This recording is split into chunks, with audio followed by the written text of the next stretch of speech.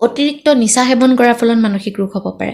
মগজুত যদি কেতিয়াবা আঘাত পাইছে বা টেমুনা বান্ধি ৰখিছে তেজৰ তেতিয়াও মানসিক ৰোগ হ'ব পাৰে খুব দীঘলীয়াকৈ ঔষধ সেৱন কৰি থাকিলেও মানসিক ৰোগৰ লক্ষণে দেখা দিব পাৰে দেহত হৰমনৰ তাৰতাম্যৰ কাৰণেও মানসিক ৰোগৰ লক্ষণে দেখা দিব পাৰে নতুবা কেতিয়াবা সন্তান জন্ম দিয়া সময়ত বা আগত বা মহিলাসকলৰ মাহেকীয়া হোৱাৰ সময়তো মানসিক ৰোগৰ লক্ষণসমূহে দেখা দিব বুলিয়ে চবে মানে কয় পাগলৰ ৰোগ আৰু লগতে মোৰ ফোন নাম্বাৰটো মানে পাগলৰ ৰুমৰ বাইদেউ বুলি সেভ কৰি থৈছে মোক মানে ফোন কৰে পাগলৰ ৰুমৰ যান্ত্ৰিকতাৰ যুগ হৈ পৰিছে মানুহৰ সময় অভাৱ হৈ গৈছে মানুহে প্ৰতিযোগিতাৰ পিছত দৌৰিছে গতিকে সেইটোৱে এটা প্ৰথম উপায় মানে প্ৰধান কাৰক হৈ পৰিছে মানুহৰ মানসিক চাপ বৃদ্ধি পোৱা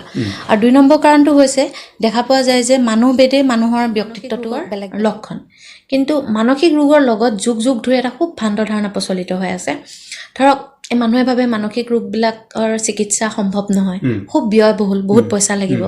মানসিক ৰোগৰ চিকিৎসাৰ ক্ষেত্ৰত তেজপুৰত যাব লাগিব যদি মই অসমৰ ক্ষেত্ৰত কওঁ প্ৰিয় দৰ্শক জীৱন পৰিচয় ইউটিউব চেনেলটিতে মই চিন্তু আপোনালোক সকলোকে স্বাগতম জনাইছোঁ প্ৰিয় দৰ্শক আজি মই কোনো গান বা অভিনয় শিল্পীৰ লগত নাই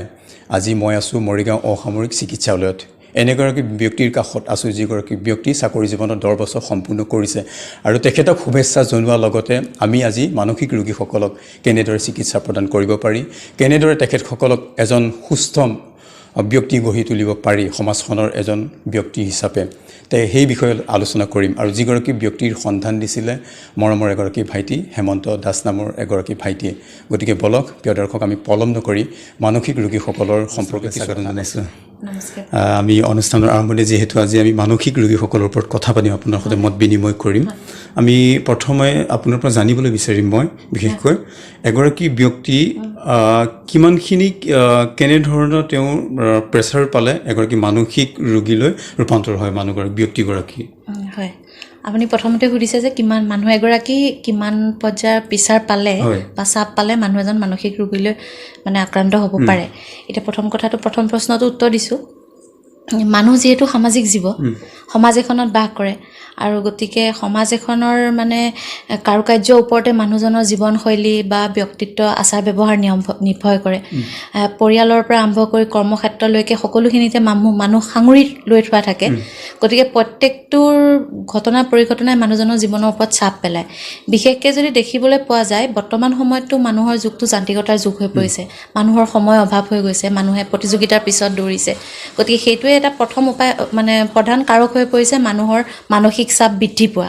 আৰু দুই নম্বৰ কাৰণটো হৈছে দেখা পোৱা যায় যে মানুহভেদে মানুহৰ ব্যক্তিত্বটো বেলেগ বেলেগ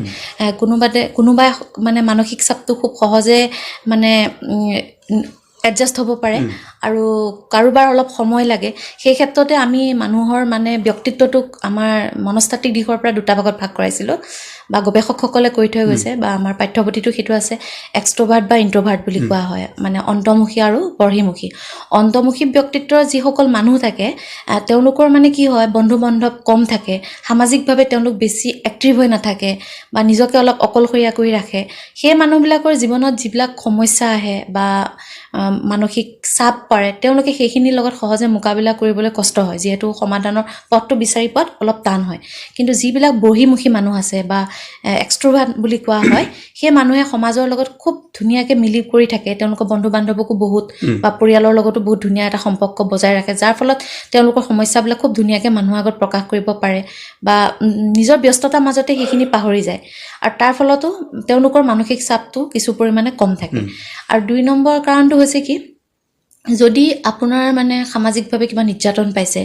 বা শাৰীৰিক নিৰ্যাতন পাইছে যৌন নিৰ্যাতন পাইছে পৰিয়ালৰ কোনোবা এজন হঠাতে মৃত্যু হৈ গৈছে বা কাৰোবাৰ আকস্মিক মৃত্যু ঘটিছে নতুবা সমাজৰ পৰা অৱহেলা হৈছে বা বিভিন্নজনে আপোনাৰ বিষয়ে কিবা মানে ষড়যন্ত্ৰ টাইপৰ কিবা তেনেকুৱা কৰা সেইবোৰ কাৰণেও মানুহৰ মানসিক চাপটো বৃদ্ধি পোৱা দেখিবলৈ পোৱা আছে এতিয়া একেবাৰে মানে বৰ্তমান সময়ত দেখিবলৈ পোৱা আছে কোভিডৰ পিছত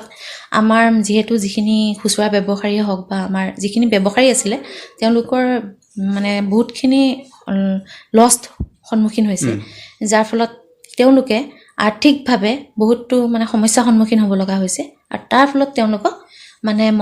মানসিক চাপটো বেছিকৈ বৃদ্ধি হোৱা পৰিলক্ষিত হৈছে যাৰ ফলত আমি দেখিছোঁ আত্মহত্যাৰ সংখ্যা বৃদ্ধি পাইছে নিচাগ্ৰস্ত লোকৰ সংখ্যা বৃদ্ধি পাইছে বা মাৰ পিট কাজিয়া পেচাল বৃদ্ধি পাইছে মানে সমাজত বিভিন্ন ধৰণৰ মানে দুৰ্নীতি বা বিশৃংখলতাই দেখা দিছে ইয়াৰ প্ৰধান কাৰণটো সেই মানসিক চাপৰ কাৰণে হৈছে আমি যদি চিকিৎসা প্ৰাথমিক যিখিনি আপোনাৰ প্ৰথম পৰ্যায়ত যিহেতু মানসিক ৰোগ এগৰাকী ব্যক্তি মানসিক ৰোগ হয় তেতিয়া হয়তো আমি ঘৰৰ মানুহে বা আমাৰ পৰিয়ালৰ মানুহে ধৰিব নোৱাৰোঁ তেখেতক কিবাৰ কাৰণত যদি আমি বোলে গম পাইছোঁ তেখেতৰ মানসিক ৰোগ এটা মানসিক ৰোগত আক্ৰান্ত হৈছে সেই প্ৰথম পৰ্যায়ত আপোনাৰ ঘৰুৱাভাৱে কিবা চিকিৎসা বিজ্ঞানৰ ওচৰ নাচাপি আমি কিবা ঘৰুৱাভাৱে কিবা চিকিৎসা পদ্ধতি আগবঢ়াব পাৰি নেকি তেখেতক মানসিক ৰোগৰ ক্ষেত্ৰত মানে ঘৰুৱা চিকিৎসা বা পৰিয়ালৰ বহুতখিনি গুৰুত্ব আছে চিকিৎসা বুলি নকওঁ পৰিয়ালৰ সহযোগটো বহুত দৰকাৰ যিটো মানে ব্যক্তিজনৰ ফেমিলি ছাপৰ্টটো এতিয়া কি হৈছে মানসিক ৰোগৰ লক্ষণবিলাক ব্যক্তিজনৰ সদায় আচাৰ ব্যৱহাৰ আৰু চিন্তা চৰ্চাত ফুটি ওলায় এতিয়া বহুত সময়ত কি হয়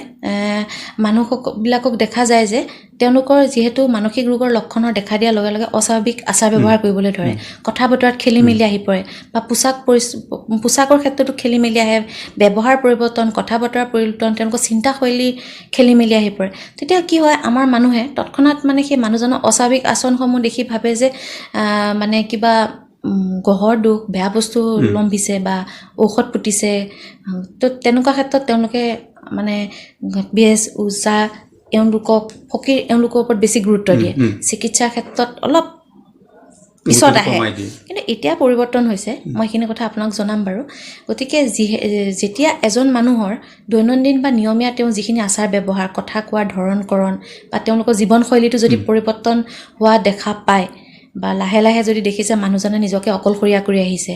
বা বহুত সময় তেওঁ নিজানত থাকি ভাল পায় মানুহৰ লগত কথা বতৰা নকৰে তেওঁ আগতে খুব চৌখিন আছিলে আজিকালি তেওঁ এইবিলাক একো কৰিবলৈ মন নাযায় খোৱা বোৱা কমাই আনিছে টোপনিৰ পৰিমাণ কমি গৈছে নিজৰ কাম কাজ ভালকৈ নিয়মীয়াকৈ কৰিব নোৱাৰা হৈছে বা ৰেগুলাৰ যিখিনি সামাজিক দায়বদ্ধতা সেইখিনিৰ পৰা তেওঁ আঁতৰি আহিছে তেনেকুৱা ক্ষেত্ৰত যদি মানুহজনক দেখা পাইছে কিছু পৰিৱৰ্তন আহিছে কথা বতৰা বা আচাৰ ব্যৱহাৰত তেতিয়া তৎক্ষণাত ঘৰৰ পৰিয়ালেই হওক বা বন্ধু বান্ধৱেই হওক ওচৰ চুবুৰীয়া বা যিকোনো ব্যক্তিয়ে স্কুলৰ শিক্ষকো হ'ব পাৰে তেওঁলোকে মানুহজনৰ লগত মন খুলি কথা পাতিব লাগে বা কিবা সমস্যা হৈছে নেকি বা কিবা অসুবিধা আছে নেকি সেই কথাখিনি যদি খুলি পাতে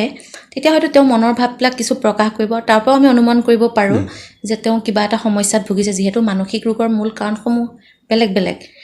জৈৱিক কাৰণো আছে বা মনস্তাত্ত্বিক কাৰণো আছে সামাজিক কাৰণো আছে তেতিয়াও আমি অলপ পৰিয়ালৰ সেইটো এটা প্ৰাথমিক কাৰণ হ'ব পাৰে যদি মানুহে মানুহজনৰ লগত মন খুলি কথা পাতি তেওঁ সমস্যাসমূহ অধ্যয়ন কৰে বা গম পায় তেতিয়া তেওঁলোকে অনুমান কৰিব পাৰিব লাগিব যে মানুহজনৰ কিবা এটা সমস্যা হৈছে আমি ওচৰৰ মানে যি মানসিক ৰোগ বিভাগ আছে বা চিকিৎসক আছে মনোৰোগ বিশেষজ্ঞ আছে তেওঁলোকৰ লগত এবাৰ যোগাযোগ কৰি এটা কথা পাতি চাওঁ কনচাল্টেশ্যন লৈ চাওঁ কিবা এটা পাওঁ নেকি সেইটো হৈছে প্ৰাথমিকভাৱে মানুহ এজনক মানে কৰিব পৰা মানে তেওঁ বিচাৰিব মানে তেওঁ মানসিক ৰোগত সমস্যা সন্মুখীন হৈছে নে নাই সেইটো বিচাৰ কৰি চাব পৰা এটা মানে প্ৰাথমিক কাৰক আৰু প্ৰাথমিক পৰ্যায়টো প্ৰিয় দৰ্শক জীৱন পৰিচয় ইউটিউব চেনেলত পৰিয়ালে সদায় প্ৰতিভাৰ সন্ধানত অসমৰ বিভিন্ন ঠাইলৈ যাত্ৰা আৰম্ভ কৰোঁ আজি কিন্তু আমাৰ সতে আচলতে প্ৰতিভা বুলি ক'ব নোৱাৰি প্ৰতিভা বুলি ক'লে ভুল হ'ব আমি আছোঁ এগৰাকী চিকিৎসা বিজ্ঞানৰ বিশেষ ব্যক্তিৰ লগত যিগৰাকী মৰিগাঁও অসামৰিক চিকিৎসালয়ত মানসিক এমান সময়ত কৰ্মৰত হৈ আছে আমাৰ সতে NimishaBora বাইদেউ আছে আজি তেখেতৰ বিশেষ দিন আজি 22 তাৰিখ মঙ্গলবাৰ আজি মঙ্গলবাৰে তেখেতৰ বিশেষ এটা দিন এই বিশেষ দিনটোত আমি আমাৰ পৰিয়ালৰ ফালৰ পৰা আপোনাক বাইদেউ আন্তৰিক শুভেচ্ছা আৰু ধন্যবাদ জ্ঞাপন কৰিছোঁ আমি মানসিক চিকিৎসাৰ ওপৰত কথা পাতিম বা আপোনাৰ ব্যক্তিগত জীৱনৰ কিছু কথা যদি আমি অনুষ্ঠানটোৰ মাজতে জানিবলৈ পাৰোঁ আপোনাৰ আজি যিহেতু জন্মদিন আজি এই বিশেষ দিনটোত আপোনাৰ পৰা জানিবলৈ বিচাৰিম আপোনাৰ চাকৰি জীৱনৰ অভিজ্ঞতা আৰু চাকৰি জীৱন কিমান দিন হৈছে বৰ্তমান সময় আজি তাৰিখলৈ হয় ময়ো বহুত সৌভাগ্য মানে অনুভৱ কৰিছোঁ যে মোৰ বিশেষ দিনটোত মই বিশেষ ব্যক্তিসকলৰ লগত মনৰ ভাগ বতৰা কৰিব পাৰিছোঁ তেওঁলোকলৈ মই বহুত ধন্যবাদ জ্ঞাপন কৰিলোঁ আৰু আগন্তুক দিনত তেওঁলোকে যেন আৰু আগবাঢ়ি যাব পাৰে সেয়ে মই কামনা কৰিলোঁ আৰু আজি এই বিশেষ দিনটোত নিশ্চয় মই বহুত ভাল অনুভৱ কৰিছোঁ কাৰণ আজি এই বিষয়টোৰ লগত বা এই মানসিক ৰোগৰ সংক্ৰান্ত বিষয়ৰ লগত মই জড়িত হৈ পৰা সম্পূৰ্ণ 10 বছৰ হৈছে আজি 22 নৱেম্বৰ মই 2012 চনৰ 22 নৱেম্বৰ তাৰিখে মৰিগাঁৱৰ জীয়ৰী আৰু মৰিগাঁও অসামৰিক চিকিৎসালয়ত মানে জইন কৰিছিলোঁ আৰু চাকৰি আৰু তাৰ পৰা আহি আজি 10টা বছৰ সম্পূৰ্ণ কৰিলে এই 10টা বছৰত মই বিভিন্ন ধৰণৰ মানে অভিজ্ঞতাৰ সন্মুখীন হৈছোঁ হয়তো মোৰ বহুত সময় লাগিব ক'ব কাৰণে কাৰণ আমি যিহেতু যদিও চিকিৎসা বিজ্ঞানৰ লগত জড়িত মানে চিকিৎসা কৰ্মীয়ে হওক বা এই বিষয়া হওক আমি প্ৰথমে আহি ইয়াতে মানে ৰোগীৰ লগত কথা বতৰা পতা ৰোগী এজনক কেনেকৈ চোৱা-চিতা কৰিব লাগিব তেওঁ পৰিয়ালটোক কেনেকৈ আগবঢ়াই নিব লাগিব এইখিনি বহুত ডাঙৰ দায়িত্ব এটা আমাৰ ওচৰত পৰিছিলে গতিকে সেইখিনি মই 10 বছৰত মই নিজেই ক'ব পাৰোঁ যে বহুতখিনি আমি আগবাঢ়িব পাৰিছোঁ এই ক্ষেত্ৰত মোক সহায় কৰা ব্যক্তিও আছে বা মই নিজেও যথেষ্ট মানে কষ্ট কৰিছোঁ মোৰ নিজৰ জিলা বিশেষকৈ মোৰ আৰু বেছি মৰম আছে গতিকে এনেও আগৰ পৰা মোৰ মনত এটা ভাৱ আছিলে যে মই কিবা এটা সৰু সুৰাকৈ ৰাইজৰ কাৰণে যাতে মই কিবা এটা কৰিব পাৰোঁ সেইটো মানে মোক বহুত সৰুৰ পৰাই আছিলে আৰু সেই আগতে সৰু এনেকৈ নিজে যেনেকৈ পাৰিছিলোঁ কথাৰে হওক ব্যৱহাৰে হওক বা সহায় কৰি হ'লেও মানুহৰ কাৰণে কৰিছিলোঁ জানাসকলে সেইটো হয়তো ক'ব চাগে আৰু এতিয়া যিহেতু মই এই বিষয়টোৰ লগত জড়িত হ'লোঁ এই সমাজখনৰ লগত জড়িত হ'লোঁ গতিকে মোৰ দায়িত্বও বাঢ়িলে আৰু ৰাইজৰ কাৰণে মোৰ মৰমো আছে সেইখিনি মই কৰি গৈছোঁ তাৰ মাজতে আপোনালোকক কওঁ 2012 চনত যেতিয়া প্ৰথম ইয়াত মই জইন কৰিছিলোঁ তেতিয়া চাইনবৰ্ডখনত মানসিক ৰোগ বিভাগ বুলি লিখা থাকে সেই চিনেৰীটো আৰু আজিৰ চিনেৰীটোৰ মাজত মানে বহুত পাৰ্থক্য আছে তেতিয়া মানুহ আহি ৰুমটো সন্মুখত ৰৈ থাকে সুযোগ চামাক কৰি থাকে সোমাম নে নুসুমাম মানে ক'বলৈ সংকোচ কৰে সোমায়ো নাহে তেতিয়া ময়ো মানে কি 22 বছৰ বয়সতে চাকৰি জইন কৰিছোঁ পঢ়ি আহিয়ে তো ময়ো মানে সেই মানুহখিনিৰ লগত কেনেকৈ মানে আগবাঢ়ি যাম মানুহখিনিক কেনেকৈ বুজাম যিহেতু মোৰ দায়িত্বটোৱে হৈছে মানে সমাজত সোমাই গৈ সেই মানুহখিনিক উলিয়াই আনে চিকিৎসাৰ ব্যৱস্থা কৰা যিখিনি মানুহ ওলাই আহিব পৰা নাই বা বিপদত পৰি আছে মানসিক ৰোগ বিষয়ে একেবাৰে অজ্ঞ চিকিৎসা পোৱা নাই যাৰ মানসিক ৰোগৰ চিকিৎসা পক্ষে একেবাৰে ভ্ৰান্ত ধাৰণা আছে সেইসকলক উলিয়াই অনাটোৱে প্ৰথম আৰু প্ৰধান দায়িত্ব মোৰ আছিলে তো মই মানে 6 মাহমান সময় বহুত মানে চেষ্টা কৰিছোঁ যে মই মানুহখিনিৰ লগত কেনেকৈ মানে আগবাঢ়ি যাম তেতিয়া মোৰ মানে ছাৰ আৰু মৰিগাঁও অসামৰিক চিকিৎসালয় বিশেষজ্ঞ মানে মোৰ গুৰুৱে হ'ব আৰু ডক্টৰ জয়ন্ত দত্ত ছাৰ তেখেতে কিছু মোক টিপছ দিছিলে যে এনেকৈ বহি থাকিলে নহ'ব তেতিয়া মানে চৰকাৰৰ পৰা আমালৈ নিৰ্দেশনাবিলাক অহা নাছিলে যে এনেকৈ কৰিব লাগিব আপুনি নিজে কৰিব লাগিব মানে কামবিলাক যি কৰিব নিজে কৰিব লাগিব মই নিজে নিৰ্দেশনাখিনি কৰিব লাগিব মানে তেতিয়া কৈছিল যে তুমি এনেকৈ বহি থাকিলে নহ'ব তুমি ওলাই যাব লাগিব ওলাই গৈ মানুহখিনিৰ লগত তুমি কথা পাতিব লাগিব বাৰ্তালাপ কৰিব লাগিব কোনোবা এটা তুমি হস্পিটেলে হওক স্কুলে হওক কমিউনিটিয়ে হওক তালৈ ওলাই গৈ তুমি এই কামখিনি মানে এনেকৈ কৰিব লাগিব তেতিয়া আৰু মই ভাবিলোঁ তাৰ মাজতে মই জমনিৰ কথা এটা কওঁ মানে ৰুমটো এনেকুৱা হৈছে ৰুমটোৰ নামটো পাগলৰ ৰুম বুলিয়ে চবেই মানে কয় পাগলৰ ৰুম আৰু লগতে মোৰ ফোন নাম্বাৰটো মানে পাগলৰ ৰুমৰ বাইদেউ বুলি ছেভ কৰি থৈছে মোক মানে ফোন কৰে পাগলৰ ৰুমৰ বাইদেউ হয় নাই সেইটো বস্তুৱে মই মানে অলপ মানে ভাবিছিলোঁ দেই মানুহ মানে ইমান আগবাঢ়ি গৈছে কিন্তু এই বস্তুটো কিয় মানে এনেকুৱা কৰি আছে যিহেতু আমি মানসিক ৰোগীসকলক কেতিয়াও পাগল নামেৰে নামাকৰণ কৰিব নোৱাৰোঁ এইটো আইনৰ ওচৰত এক প্ৰকাৰ দণ্ডনীয় হয় মানসিকভাৱে বিকাৰগ্ৰস্ত বুলি আমি ক'ব লাগিব তো সেইটো এটা বস্তুৱে মোক অলপ প্ৰভাৱিত কৰিছিলে যে মোক কিয় মানে এনেকুৱা হৈছে তাৰপিছত লাহে লাহে মই ভাবিলোঁ যে মই নিজে নিজে ষ্টেপ লওঁ যে মই ক'ৰবাত যাওঁ কিবা কৰোঁ তো তেনেকৈ মই কোনোবা ছাব চেণ্টাৰত গ'লোঁ আপোনাৰ হস্পিটেলত গ'লোঁ মৰিগাঁও জিলা বিভিন্ন অনুষ্ঠানত গৈছোঁ প্ৰথম অৱস্থাত মানুহৰ পৰা অলপ সহযোগটো কিন্তু কম পাইছিলোঁ কাৰণ তেওঁলোকে মানে মানসিক ৰোগৰ বিষয়ে শুনিব নিবিচাৰে মানে এইটো হঠাতে হোৱা বেমাৰ বা হাৱাত হোৱা বেমাৰ বা মানুহে নিজে ইচ্ছাকৃতভাৱে কৰা বেমাৰ বা মানুহে এইটো মানে মই মতালি কৰি থাকে মতলবী টাইপ মানে এইটো কোনো বেমাৰ নহয় ঠিক হৈ যাব তো প্ৰথম মানুহখিনিক বুজাবলৈ বহুত কষ্ট হৈছিলে বা ষ্টাফৰ ক্ষেত্ৰতো অকণমান মানে মই কাকো দুখ নিদিওঁ আচলতে বেমাৰটো তেনেকুৱাই মনোভাৱ আছিলে চিকিৎসকে চিকিৎসা কৰি আছে কিন্তু পৰিয়ালটো বা সমাজখনক পৰিশোধন কৰিবলৈ বহুত মানে সময় লাগিছিলে আস্তে আস্তে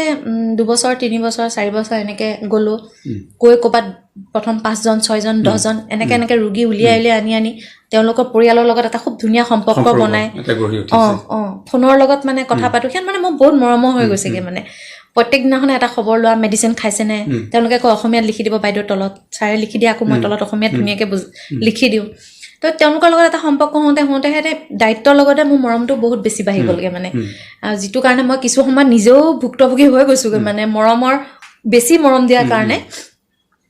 তাৰপিছত লাহে লাহে আপোনাৰ 14-15 চনৰ পিছৰ পৰা দেখিছোঁ যে মানুহৰ সুতটো ক্ৰমান্বয়ে আমালৈ বেছি হৈ আহিছে, আত্মবিশ্বাসটো বাঢ়ি আহিছে, মানুহে আহি বিশ্বাসত ধুনীয়াকৈ ক'ব পাৰে, কথাবিলাক খুলি কয়, নিজৰ জীৱনৰ প্ৰত্যেকটো বস্তু খুব ধুনীয়াকৈ প্ৰকাশ কৰে, ছাৰকটো কৰে, মোৰ আগতো মানে এটা খুব ধুনীয়া তেওঁলোকৰ সম্পৰ্ক গঢ়ি উঠিছে। এনেকৈ পেচেণ্ট বাঢ়ি আজি ডেটলৈকে আপুনি বিশ্বাস কৰিব আমাৰ 21,000 কিমান পেচেণ্ট হৈছে এই 10 বছৰত। কিন্তু মোৰ ছাৰটো 2006 চনৰ পৰাই আছে, তেতিয়া সেইখিনি পেচেণ্ট আছিলে। মই থকা এইখিনি সময়ত এই 10 বছৰত মৰিগাঁও চিভিল হস্পিটেলত মানে পুৰণা নতুন ফলোআপত অহা মিলি 21,000 ওপৰৰ পেচেণ্টৰ বৰ্তমান চিকিৎসা ছাৰ আৰু মোৰ তত্বাৱধানত চলি আছে। বাইদেউ আপোনাৰ ব্যক্তিগত জীৱনৰ কথা আমি আৰু জানিম, আমি আকৌ উভতি যাওঁ মানসিক ৰোগীৰ চিকিৎসা কেনেধৰণে হয়। প্ৰথম পৰ্যায়ত আপোনালোকে চিকিৎসা বিজ্ঞানৰ সহায়ত কেনেদৰে চিকিৎসা কৰে মানসিক ৰোগীসকলক? মানসিক ৰোগৰ মানে কি হয় জানে, মানে মানসিক স্বাস্থ্য আৰু শাৰীৰিক স্বাস্থ্য এটা মুদ্ৰা এপিঠি সিপিঠি। এতিয়া মানুহে শাৰীৰিক স্বাস্থ্যটোৰ ওপৰত যিমান গুৰুত্ব দিয়ে, মানসিক স্বাস্থ্যটোৰ ওপৰত কিমান গুৰুত্ব নিদিয়ে। কিন্তু লাষ্ট 10 বছৰত মোৰ অভিজ্ঞতাৰ পৰা যদি কওঁ, মানুহ এতিয়া বহুতখিনি পৰিপক্ক হৈছে, মানুহে অনুভৱ কৰিব পাৰে, বহুত শিক্ষিত মানুহো আমাৰ মাজত আহি মনৰ ভাৱ প্ৰকাশ কৰে। কিন্তু মানে যিটো বিশ্ব স্বাস্থ্য সংস্থা ৱৰ্ল্ড হেল্থ অৰ্গেনাইজেশ্যন, তেওঁলোকে কৈছে যে শাৰীৰিক বেমাৰৰ অনুপস্থিতিটোৱে এজন নিৰোগী ৰোগক নুবুজায়। শাৰীৰিক মানসিক দুইটাভাৱে ঠিকে থাকিলেহে এজন মানুহক আমি সুস্থ বুলি ক'ব পাৰোঁ। গতিকে এতিয়া মানে এনেকুৱা হয়, শাৰীৰিক বেমাৰৰ লক্ষণবিলাক সাধাৰণতে মানুহৰ চকুত ফুটি উঠে, দেখা পায়, হাতখন কাটিলে তেজ ওলাল, বা হাতখন ভাঙিছে, বিষটো অনুভৱ কৰিছে, ফুলি গৈছে, মানুহে দেখা পাইছে, বা জ্বৰ উঠিছে, আমাৰ উত্তাপটো টেম্পাৰেচাৰটো বাঢ়ি গৈছে, দেখা পাইছে, ডিচেণ্ট্ৰি হৈছে, বাৰে বাৰে শৌচ কৰিব লগা হৈছে, বমি হৈছে, এইটোও অনুভৱ কৰিব পাৰে। কিন্তু মানসিক ৰোগৰ লক্ষণবিলাক মানে ব্যক্তিজনৰ আচাৰ ব্যৱহাৰ আৰু মই আগত কোৱাৰ দৰে চিন্তা চৰ্চাত ফুটি উঠে। তো মানুহে প্ৰত্যেককে মানে পৰ্যবেক্ষণ কৰিবলৈ টান পায় বা বুজি নাপায়। গতিকে মানুহ এজনৰ যেতিয়া কথা বতৰা, চিন্তা শৈলী, আচাৰ ব্যৱহাৰ, আৱেগ অনুভূতিত খেলি মেলি লাগি মানুহজনৰ ব্যৱহাৰত সেইখিনি ফুটি উঠে, তেতিয়া আমি গম পাওঁ মানুহ এজনে মানসিক ৰোগত আক্ৰান্ত হৈছে। আৰু সুস্থ বুলি আমি মানুহজনক তেতিয়া ক'ব পাৰিম যেতিয়া শাৰীৰিক, মানসিক, সামাজিক তিনিটা দিশৰ মাজত ভাৰসাম্য বজাই চলিব পাৰিছে, লগতে তেওঁ সামাজিক যিখিনি দায়বদ্ধ কৰ্তব্য বা পৰিয়ালৰ যিখিনি দায়িত্ব নিয়াৰিকৈ পালন কৰিছে, তেতিয়া আমি মানুহজনক মানসিকভাৱে বা এনেই আমি সুস্থ ব্যক্তি বুলি ক'ব পাৰিম। আপোনালোকে চিকিৎসা বিজ্ঞানৰ প্ৰথম পৰ্যায়ত চিকিৎসা কেনেকৈ হয়? প্ৰথম পৰ্যায়ত চিকিৎসাৰ মানে এতিয়া মই তাৰ আগতে অকণমান কথা বহলাই ক'ব লাগিব। মানসিক ৰোগৰ কাৰণবিলাক কৈছোঁ। শাৰীৰিক ৰোগৰ যেনেকৈ বিভিন্ন ভাগ থাকে, মানসিক ৰোগকো মানে ইণ্টাৰনেশ্যনেল ক্লাছিফিকেশ্যন অফ ডিজিজ বুলি কয়, ICD-য়ে বিভিন্ন ভাগেৰে ভাগ কৰিছে। এতিয়া আপুনি বিশ্বাস কৰিলে 2020 চনলৈকে 450 নিযুত মানুহ মানসিক ৰোগত আক্ৰান্ত। আৰু আমাৰ সমীক্ষা মতে বা গৱেষকসকলে কয় যে প্ৰতি 4জনৰ এজনেই মানসিক ৰোগত আক্ৰান্ত। কিন্তু দুখৰ কথা যে 2/3তকৈ অধিক লোক এতিয়াও চিকিৎসাৰ বাবে আগবাঢ়ি অহা নাই। হয়তো ইয়াৰ কাৰণ মানে মানসিক ৰোগৰ বিষয়ে সচেতনতাৰ অভাৱ বা অৱহেলা। কিন্তু এটা কথাই মই আপোনাৰ জৰিয়তে ৰাইজলৈ আগবঢ়াইছোঁ, বা যদি উপযুক্ত মানে সময়ত আমি মানসিক ৰোগৰ কাৰণসমূহ চিনাক্ত কৰিব পাৰোঁ আৰু উপযুক্ত সময়ত যদি আমি চিকিৎসকৰ পৰামৰ্শ ল'ব পাৰোঁ মানসিক ৰোগ বিশেষজ্ঞ, তেতিয়াহ'লে ৰোগীজনক আমি স্বাভাৱিক অৱস্থালৈ খুব সোনকালে ঘূৰাই আনিব পাৰিম। ইয়াৰ কাৰণে তেওঁলোকে নিয়মীয়া মানে ঔষধ পাতি সেৱন কৰিব লাগিব, পৰিয়ালৰ সম্পূৰ্ণ সহযোগ থাকিব লাগিব, আৰু আমাৰ লগত যোগাযোগটো বনাই ৰাখিব পাৰিব লাগিব। এতিয়া আপুনি মোক প্ৰাথমিক চিকিৎসাটোৰ কথা সুধিছে। এতিয়া মই মানসিক ৰোগৰ কাৰণবিলাক, মোৰো এটা সুবিধা হ'ল যে এইটো বিষয়ে মই ৰাইজক দুটা বস্তু জ্ঞাত কৰিব পাৰিম আপোনাৰ জৰিয়তে, যিহেতু অসমৰ বিভিন্নজনে চাব। তো মোৰ যদি দুটা বাক্যই তেওঁলোক উপকৃত হয়, ময়ো বহুত মানে ধন্য মানিম, সুখী অনুভৱ কৰিম। গতিকে মানসিক ৰোগৰ কাৰকসমূহক 3টা ভাগত ভাগ কৰা আছে। সৰ্বপ্ৰথমে এটা হৈছে কি জৈৱিক কাৰণ। জৈৱিক কাৰণবিলাক কি হৈছে, যদি এটা পৰিয়ালত কাৰোবাৰ মানসিক ৰোগ থাকে, তেতিয়াহ'লে দ্বিতীয়জনৰ মানসিক ৰোগ হোৱাৰ সম্ভাৱনা থাকে। যদি পৰিয়ালটোত মাক দেউতাক দুইজনৰে মানসিক ৰোগ থাকে, তেতিয়াহ'লে সন্তানৰ মানসিক ৰোগ হোৱাৰ সম্ভাৱনাটো বেছিকৈ বৃদ্ধি পায়। হ'বই যে এনেকুৱা নহয়। আৰু 2 নম্বৰ কথা, মানসিক ৰোগ সংক্ৰামক নহয়। বহুতে ভাবে মানসিক ৰোগ সংক্ৰামক, কিন্তু মানে চুই দিলে মোৰ হ'ব বা লগত থাকিলে হ'ব, এনেকুৱা ধৰণৰ কোনো কথা নাই। তাৰোপৰি হৈছে আমাৰ দেহটোত যিহেতু বিভিন্ন ধৰণৰ পদাৰ্থ বা ভিটামিনছ থকাৰ দৰে আমাৰ মগজুতো কিছুমান ৰাসায়নিক পদাৰ্থ আছে। সেইবিলাক চিকিৎসা ভাষা বিজ্ঞান বা গৱেষণাত ডোপামিন, চেৰ'টোনিন, নেফ্ৰকিনিন এনেকুৱা নামেৰে নামাকৰণ কৰিছে এই পদাৰ্থবিলাকৰ যেতিয়া মগজুত ভাৰসাম্যহীনতা হৈ যায় বা শুকাই যায় তেতিয়া মানসিক ৰোগ এটাৰ বিভিন্ন লক্ষণসমূহৰ ব্যক্তিজনৰ দেহত দেখা দিব পাৰে তাৰোপৰি অতিৰিক্ত নিচা সেৱন কৰাৰ ফলত মানসিক ৰোগ হ'ব পাৰে মগজুত যদি কেতিয়াবা আঘাত পাইছে বা টেমুনা বান্ধি ৰখিছে তেজৰ তেতিয়াও মানসিক ৰোগ হ'ব পাৰে খুব দীঘলীয়াকৈ ঔষধ সেৱন কৰি থাকিলেও মানসিক ৰোগৰ লক্ষণে দেখা দিব পাৰে দেহত হৰমনৰ তাৰতম্যৰ কাৰণেও মানসিক ৰোগৰ লক্ষণে দেখা দিব পাৰে নতুবা কেতিয়াবা সন্তান জন্ম দিয়া সময়ত বা আগত বা মহিলাসকলৰ মাহেকীয়া হোৱাৰ সময়তো মানসিক ৰোগৰ লক্ষণসমূহে দেখা দিব পাৰে তাৰোপৰি মই আপোনাক তাৰ আগতে কৈছিলোঁ মানুহৰ ব্যক্তিত্ব ভেদে মানে মানুহৰ ভেদে ব্যক্তিত্ব বেলেগ বেলেগ তো কোনোবাই জীৱনৰ সংঘাত সমস্যাবিলাক খুব সহজে ল'ব পাৰে আৰু কোনোবাই খুব মানে কঠিনভাৱে লৈ তাৰ ৰাস্তাটো বিচাৰি নাপায় সেইটোও মানসিক ৰোগৰ লক্ষণ হ'ব পাৰে এইবোৰ হৈছে মানসিক ৰোগৰ লক্ষণ কিন্তু মানসিক ৰোগৰ লগত যুগ যুগ ধৰি এটা খুব ভ্ৰান্ত ধাৰণা প্ৰচলিত হৈ আছে ধৰক এই মানুহে ভাবে মানসিক ৰোগবিলাকৰ চিকিৎসা সম্ভৱ নহয় খুব ব্যয়বহুল বহুত পইচা লাগিব মানসিক ৰোগৰ চিকিৎসাৰ ক্ষেত্ৰত তেজপুৰত যাব লাগিব যদি মই অসমৰ ক্ষেত্ৰত কওঁ তাত ইলেক্ট্ৰিক শ্বক দিয়া হয় চিকিৎসা ব্যৱস্থাটো খুব টান হয় মানুহে কষ্ট পাব বা মানসিক ৰোগৰ দৰৱসমূহ এবাৰ সেৱন কৰিলে গোটেই জীৱন জুৰি খাব লাগিব হয় মানসিক ৰোগৰ দৰৱটো অলপ দীঘলীয়াকৈ সেৱন কৰিব লাগে যিহেতু এতিয়া বৰ্তমান মানুহে চুগাৰে হওক বা কিডনীয়ে হওক যিকোনো বেমাৰ দৰৱ জীৱনভৰ সেৱন কৰিব লাগে ঠিক যদি তেনেকৈ আমি ভাবোঁ মানসিক ৰোগৰ দৰৱসমূহ দীঘলীয়াকৈ সেৱন কৰিব লাগে তেতিয়াও সেইটো ভাবিলেও আমি সহজ কৰি ল'ব পাৰিম বা বেলেগেও যদি বুজায় আৰু উপৰি দেখা যায় গ্ৰাম্য অঞ্চলত মানসিক ৰোগটো খুব এতিয়াও মানে বেয়া দৃষ্টিৰে চাই আছে মই সেই কথাটো আপোনাক ক'বলৈ বিচাৰিছিলোঁ যে তেখেতসকলক আজিও আমি হয়তো মানসিক ৰোগী এগৰাকীক যেনেধৰণে আচাৰ ব্যৱহাৰ কৰিব লাগে তেনেধৰণে নকৰোঁ তেওঁক মানে মানসিক ৰোগ হোৱা বুলি আমি তেখেতক হয়তো আপুনি অলপ আগতে ক'লে হয়তো পাগল বুলি ক'ব নালাগে কৈছোঁ বেয়া নাপাব পাগল এইটো পাগল হ'ল এইজন পাগল হ'ল সেই ব্যৱহাৰটো কৰোঁ সেই ব্যৱহাৰবোৰৰ পৰাও হয়তো তেখেতক আৰু দুগুণে বৃদ্ধি কৰিব পাৰে আৰু দুগুণে বৃদ্ধি কৰিব পাৰে কাৰণ মানসিক ৰোগটোৰ মই প্ৰথমতে কৈছোঁ চিকিৎসাটো মেডিকেশ্যন মানে ঔষধৰ লগতে সম্পূৰ্ণ পৰিয়ালৰ প্ৰথম কথা সম্পূৰ্ণ পৰিয়ালৰ সহযোগটো লাগিব এইখিনি ক্ষেত্ৰতো মই ক'ব পাৰোঁ যিহেতু আমাৰ চিকিৎসালয়ত মোৰ অভিজ্ঞতাৰ পৰা যদি কওঁ দৰিদ্ৰ সীমাৰেখাৰ তলৰ মানুহখিনি বেছিকৈ আহে আৰু তেওঁলোকে আৰ্থিকতাটো ইমান ঠিক নহয় গতিকে এজন ৰোগীৰ ক্ষেত্ৰত তেওঁলোকে গোটেই সময় দিয়াটো বহুত কষ্টকৰ হৈ পৰে গতিকে সেইটো ক্ষেত্ৰতো তেওঁলোকক কোনোবা সময়ত হয়তো মানে নিজৰে নিজে অশান্তি এটা অনুভৱ কৰি ৰোগীৰ ক্ষেত্ৰত মানে এটা আমনিদায়ক হৈ পৰে তেতিয়াও তেওঁলোকে সেইটো ব্যৱহাৰ কৰে কেতিয়াবা বহুত মানুহে ইচ্ছাকৃতভাৱে কৰা বুলি কয় কিন্তু ইয়াত অহাৰ পিছত যেতিয়া আমি বুজাই দিওঁ তাৰ পিছৰ পৰা কিন্তু তেওঁলোকে তেনেকুৱা ধৰণৰ কৰা খুব কমেই দেখা পাওঁ আৰু মই এইটো কৈছোঁৱেই মানসিক ৰোগৰ লগত খুব এটা ছ'চিয়েল ষ্টিগমা বুলি কয় সামাজিক কলংক বা ভ্ৰান্ত ধাৰণা জড়িত এই ৰোগৰ সমাজৰ পৰা একঘৰীয়া কৰা কোনেও বিয়া নাপাতা সন্তান জন্ম দিব নোৱাৰিব ইয়াৰ গাত বেয়া বস্তু প্ৰভাৱ পৰিছে এতিয়া আপোনালোকে বিভিন্ন ধৰণৰ বিষয়টো বহুত বহল গতিকে কম সময়ত মই যিখিনি পাৰোঁ আপোনাক বুজাই কৈছোঁ আৰু যদি ভৱিষ্যতে আপুনি মোক এনেকুৱা সুবিধা দিয়ে বা পাওঁ আমি এই বিষয়ে আৰু বহলাই আলোচনা কৰিম সুবিধাটো মই নহয় আমাৰ দৰ্শকসকলে দিব প্ৰিয় দৰ্শকসকল